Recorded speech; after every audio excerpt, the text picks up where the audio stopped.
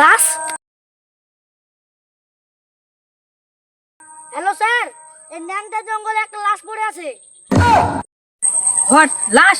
ঠিক আছে যাচ্ছি। দয়া পিছু চলো, কারণ একটা লাশ পাওয়া গেছে।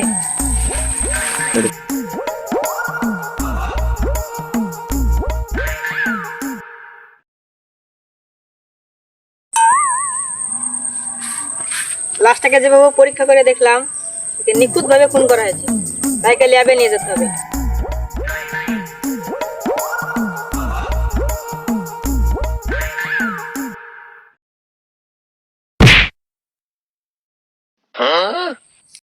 ডক্টর শাকিল, একে পরীক্ষা করে দেখো তো কিভাবে খুন করা হয়েছে।